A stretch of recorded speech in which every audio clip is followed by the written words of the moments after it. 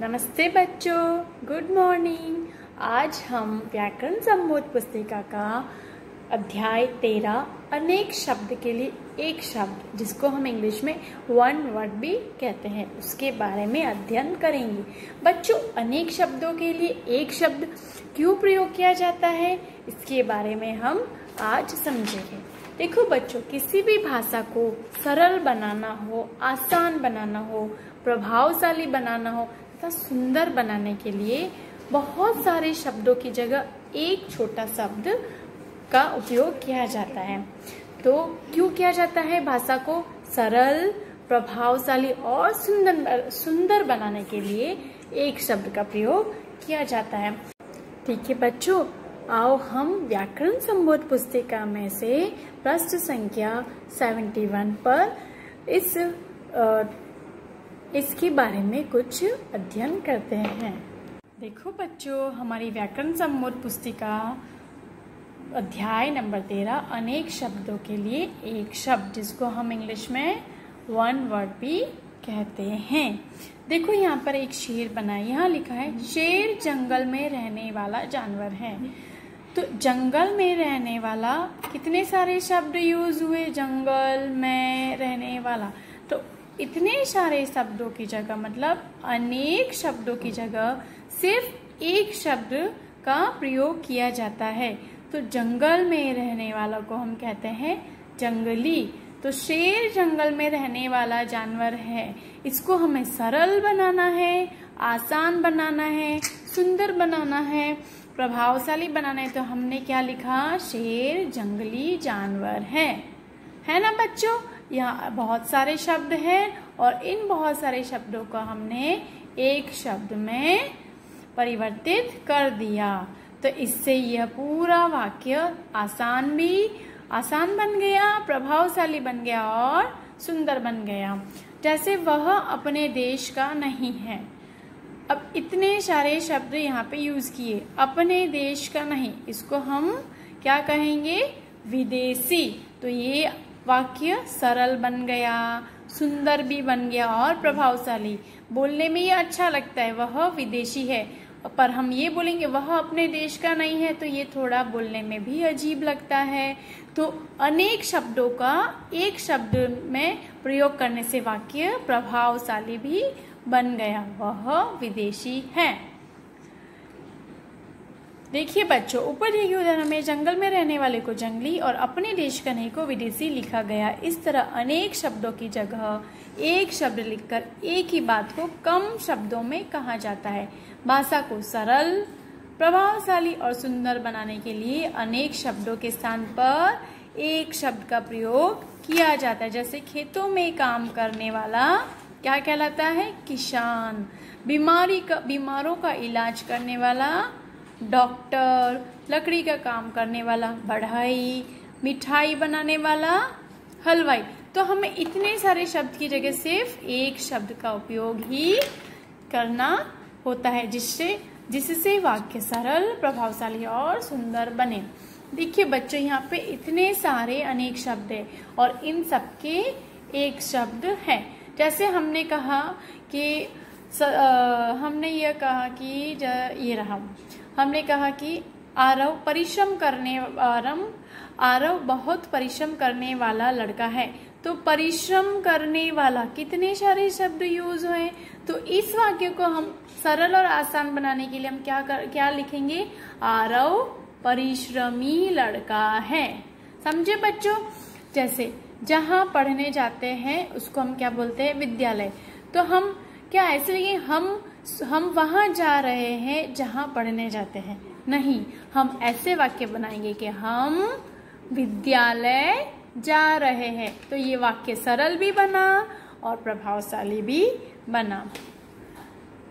अब जैसे कपड़े सिलने वाला दर्जी, तो क्या हम ऐसे वाक्य लिखेंगे कि हम कपड़े सिलने के लिए कपड़े सिलने वाले के पास जा रहे हैं? क्या हम ऐसा वाक्य बनाएंगे? नहीं। तो अनेक शब्दों की जगह हम क्या लिखेंगे? एक शब्द। हम कपड़े सिलने के लिए दर्जी के पास जा रहे हैं। समझे बच्चों?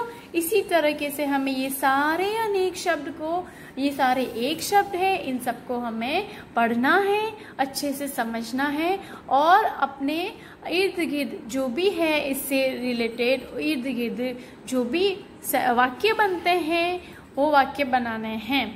ठीक है? जो शब्द आपके इर्द गिर्द यूज होते हैं, प्रयोग में लिए जाते हैं, उन शब्दों को लेकर हमें एक शब्द बनाकर वाक्य बनाने हैं। लिखना नहीं है, सिर्फ आपको हर एक का पढ़ना है और उनके वाक्य बनाने हैं। इससे ही आपको जल्दी याद हो जाएगा। जैसे बच्चों देखो, मांस खाने वाला मांसाहारी, तो शेर मांस खाने वाला जानवर है। ठीक है? तो हम इसको आसान और सरल बनाने के लिए करेंगे, शेर मांसाहारी जानवर है। तो वाक्य सरल भी बन गया, प्रभावशाली भी बन गया। ठीक है बच्चों? ये सब अब देखो, ये जिसमें बहुत खतरा हो, जैसे हम ये लिख सकते हैं कोरोना एक ऐसी बीमारी है जिसमें बहुत खतरा हो। तो बहुत खतरा हो मतलब क्या हुआ? खतरनाक। तो हम ऐसा लिख सकते हैं, कोरोना एक ऐसी बीमारी है जो बहुत खतरनाक है। समझे बच्चों?